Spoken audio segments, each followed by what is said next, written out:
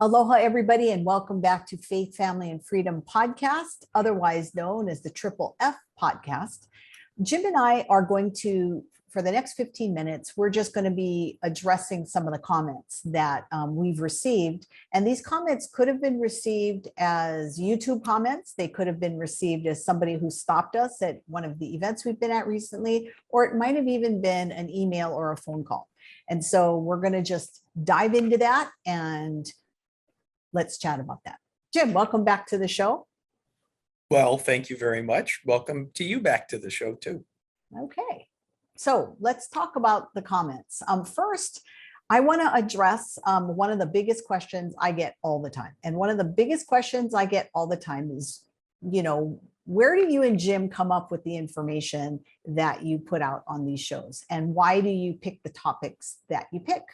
And so I thought maybe I'd start and then I'll get your thoughts on that. And then you can dive into one of the questions you've received. So how I respond to that normally is that you and I are avid news watchers. We get our news from all kinds of sources. I just look at all of these different sources to see, what people are talking about. And the reason I do that is because you and I talk about this all the time, that one of the things we don't want to do is get stuck in a bubble. And what happens to our side a lot, and the other side is just as guilty of that, is that you pick your little sources and you stay with your sources and you don't try to dig down and scroll to see where is the resource coming from? Is the statistics being over-reported, under-reported? Is there somebody's personal thoughts in there? So that's where I get a lot of the topics that we are talking about, or emails or phone calls into my office saying, hey, why are you guys not addressing this? And normally I will approach Jim and say, hey, Jim, these are some of the things coming up. What do you think? And then Jim and I will talk about it. And that's normally how we come up with the topics. You got any thoughts on that? What I do is I get news from all kinds of sources. Well, I look for the sources that link to the actual document that the news is about so that I can read it myself, like a CDC alert or a Supreme Court decision. I don't really like to rely too much on the news sources because everybody's spinning. And as a lawyer, I want to actually know the real import, not that author's take on it. And that's what I try to bring to our mix. Well, a lot of times too, what'll happen is I'll get an email or a phone call from somebody say, hey, Eva, did you see this? And it's a piece of information that is being distributed around the community. And sometimes I've received the information, sometimes I haven't. And then you and I will talk about that though, right? Because there's been numerous times that we've questioned either the authenticity or even the way that something that's being sent out is being interpreted. And we've talked about it on the show. Correct. Yeah. So let's talk about the 3 shows that we did on this platform in August and September dealing with the COVID vaccine requirements, because they actually started becoming an issue in August. And as we said back then, they haven't mandated anything. There's always the option and there's always exemptions. And it's now October and they still haven't done a single mandate without optional ways to accomplish the safety goal. So on August 13th, we did the one about how do you go about requesting a religious exemption. What's interesting is you and I recorded that a couple of days earlier than that. And we were talking about how do you request a religious exemption at work. That was what the issue was back then. And so we had a comment from George and Jeanette Ahara. They said, can you post some info about organizing our opposition and how information is being communicated? And I wanted to talk about that because the only opposition to this kind of a mandate, it's a personal opposition. You have to advocate for your own self through the process that we talked about. It doesn't do a bit of good to call legislators. They're not involved. It's the governor, it's the president, it's OSHA, it's the mayor of the city and county of Honolulu. It doesn't do any good to do rallies because they aren't listening. You have to advocate for your rights within the system that exists. And if we do not take the time to advocate for ourselves, then they're going to run over everybody. And the point that I want to bring up comes from the preamble to the Constitution of the United States. And I'm going to read it, even though we've heard it a million times.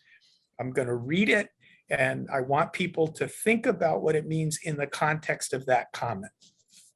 And the Constitution of the United States preamble says, "We, the people of the United States, in order to form a more perfect union, in order to establish justice, ensure domestic tranquility, provide for the common defense, promote the general welfare, and secure the blessings of liberty to ourselves and our posterity, do ordain and establish this Constitution of the United States of America." And then, as we know, the Constitution creates a reflection of the government that it must honor the rights that we get from God. And if we won't take our complaints to the government, specifically individually when they're interfering with our liberty, we don't deserve to have our liberty. Anonymously being in a group of 50, 100, 2,000, 10,000 people marching down the street does nothing. Yeah, and you make a good point that I want to jump on too.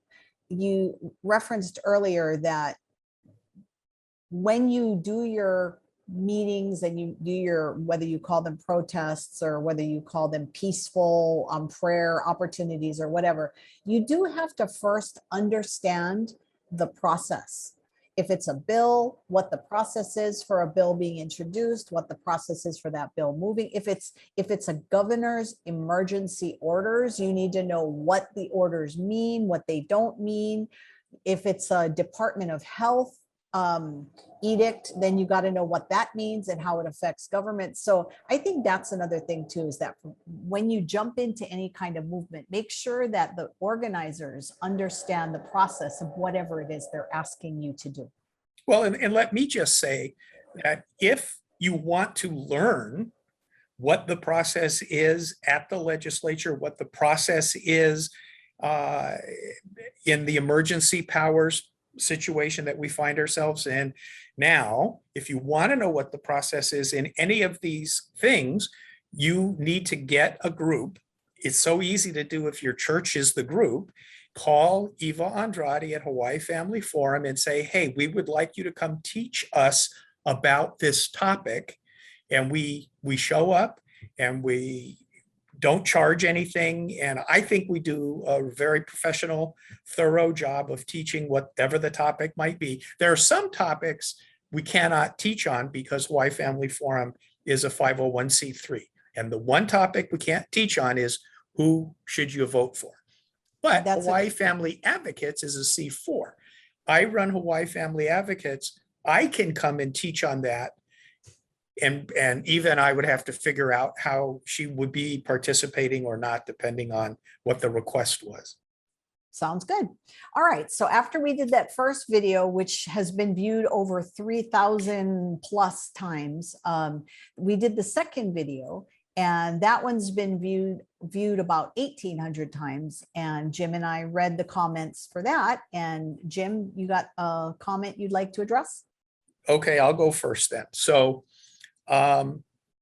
Root and Elevate was the name of the commenter. So I don't think that's a person. I think it's like a trade name or something. But they said, "Good info, but you only need to say that, quote, 'This is not legal advice,' close quote, once, not 20 times. It's annoying and distracting, and it shows high levels of fear." Now, I want to talk about this because it's actually not fear at all. What it is, to tell you the truth, even I never even talked about putting that in, but we've done so many trainings together and we've worked together for 15 or I don't know, many, many years. I didn't have any white hair when we started, that we're like siblings, and she's just taking care of me. I can't add too much to that, which is very true. Jim and I always say we have this like love-hate relationship. So for people watching this, Jim and I, we have a lot of things in common, and a lot of our belief systems come from the Bible, and we have very strong religious convictions. But Jim and I do not agree on every single thing. You got to keep watching, because sometimes you're going to get a very interesting dynamic between Jim and I. So that's really just my thought. All right. Okay. So on the third video, one of the things I want to address is the comments that we get not only on YouTube, but we also get it via email. People will stop us on the road. And that's really just the appreciation that we get from viewers that we're even providing this information. And Jim and I, we try to make it a point to read every comment that you write. So you can go ahead and comment on these videos and tell us what you think, because you may give us an idea for a future show. We may agree with you on what you're saying. Maybe it's something we forgot to mention. We may disagree with you, but that's one of the things we make a promise on this show, is that we're not going to be a cookie cutter type program for you. We're going to talk about what you want to talk about. But if we think that there's something that needs to be addressed in the community, the elephant in the room, so to speak, Jim and I are going to address it. And so that's one of the promises we make to you. So I just want to address all the appreciation that we get from people for that we do this. So this blog number 3 was when the mayor of Honolulu said that if you weren't vaxxed, you had to test, or you couldn't go to restaurants or theaters, right? Right. And so Craig Wilson asked, he said, awesome information. Request those who are retired and not working and on fixed income who cannot afford testing more information on how to get a religious exemption. Mahalo. So what I would say is, I think what he's probably thinking about is, I said at the beginning of that recording, if you got a work religious exemption, use that paper as evidence at the restaurant. And I also said, though, later, if you didn't go to get one from work, even if you ask and they said no, the restaurant still cannot discriminate against you based on your religion. And in fact, the comment brought to mind an earlier case that I had with the Civil Rights Commission that dealt with a public accommodation wanting to discriminate on the basis of religion and being told by the Intermediate Court of Appeals in the state of Hawaii that it could not. On March 14, 2018, and you can find this on the Civil Rights Commission's website and print it out and bring it with you to the restaurant. What the headline says, Intermediate Court of Appeals issues a decision affirming that businesses cannot discriminate based on religious beliefs. And this is actually the state of Hawaii Civil Rights Commission news release. However, that's a pretty handy little prop to bring to the restaurant. So I think that perhaps the commenter maybe missed the comment about it's not only if you have an employment discrimination exemption. Now, the other part of his comment about what if you can't afford the testing? Right now, there's free tests at Blaisdell. You drive through, I think you sign up online, it's free, it's really quick. So there are ways to get around. It's really not as big of a burden as what the President of the United States is trying to do. But that's a different topic, and we can go ahead and wrap this up unless you want to put some more stuff in. Right. All right. So as we end this one, we ask you to like it, to share it. Go ahead and subscribe to the Hawaii Family Forum channel. And don't forget to hit that notification button. So every time we upload a new video, you'll know about it. We're going to try to do it a little bit more often. And we look forward to seeing you again online for the next show. We'll see you then. Aloha.